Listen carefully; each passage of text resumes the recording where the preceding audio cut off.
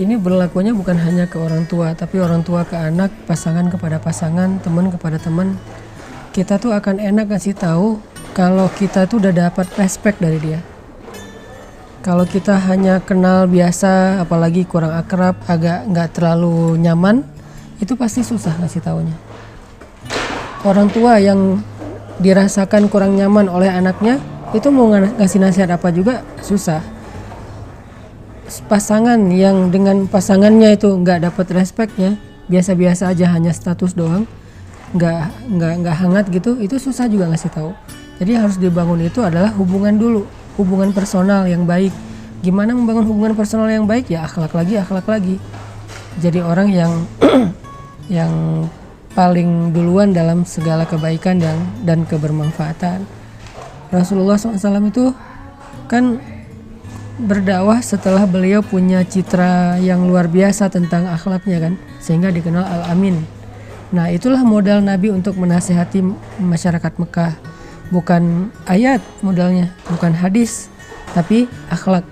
Ayat dan hadis itu adalah kontennya, pesannya, tapi medianya selalu akhlak.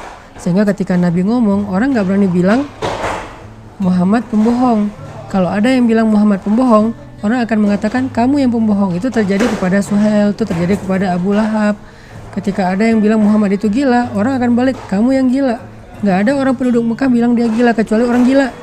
Gak ada yang bilang dia pembohong kecuali dia pembohong gitu. Jadi Nabi Muhammad itu malah dibela oleh orang yang belum beriman kepada beliau karena modal akhlak beliau. Nah, terus kenapa ada yang segera beriman, ada yang enggak? Bukan karena mereka enggak percaya sama Nabi, karena egonya. Mereka semuanya percaya dengan Nabi, termasuk Abu Jahal tuh pada dasarnya dia percaya banget sama semua omongan Nabi. Cuman egonya, ego apa? Ego dia takut kalau masuk Islam jadi pengikut Muhammad. Sementara kan dia kepala suku, nggak pengen jadi pengikut, dia pengennya tetap jadi leader. Nah, ego inilah yang membuat Abu Jahal nggak bisa hijrah, nggak bisa converting to Islam gara-gara egonya. Ada orang yang karena egonya lah dia nggak mau mendengar nasihat. Nah, orang yang kayak gini nih sedikit. Pada akhirnya orang tetap aja ada sisi baiknya yang lebih dominan daripada egonya, sombongnya. Nah, sisi baik ini bisa kita sentuh lewat pendekatan akhlak, moral, kehangatan, hubungan secara personal. Itu dulu yang dibangun. Jadi kalau kita punya teman, mau kita dakwahin, bangun dulu hubungan personal lewat akhlak. Ke orang tua harus jadi anak yang paling berbakti. Ke pasangan harus jadi pasangan yang paling romantis, yang paling baik, yang paling sering ngebantu. Coba kalau kita ke istri jadi yang paling baik, paling sering ngebantu, penyayang banget sampai istri kita tuh ngidolain kita banget. Jadi bukan hanya mencintai kita karena kita udah jadi pasangan halalnya, tapi emang dia ngidolain kita banget. Kita ngomong apa dia ikut.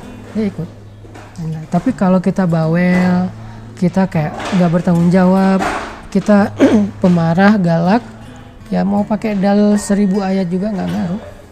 Mungkin yang difahamin sama teman-teman kayak saya, kayak kita yang baru hijrah, wah ketika hijrah sampaikan kebenaran walaupun satu ayat nih, itu mungkin fasenya harus diawali dengan akhlak dulu ya kan. Dan membangun hubungan personal itu bagian dari proses menyampaikan. Jadi menyampaikan itu bukan hanya mengatakan, ini yang mungkin kurang utuh difahami. Kan selama ini kita berpikir menyampaikan itu mengatakan, mengucapkan, membacakan ya.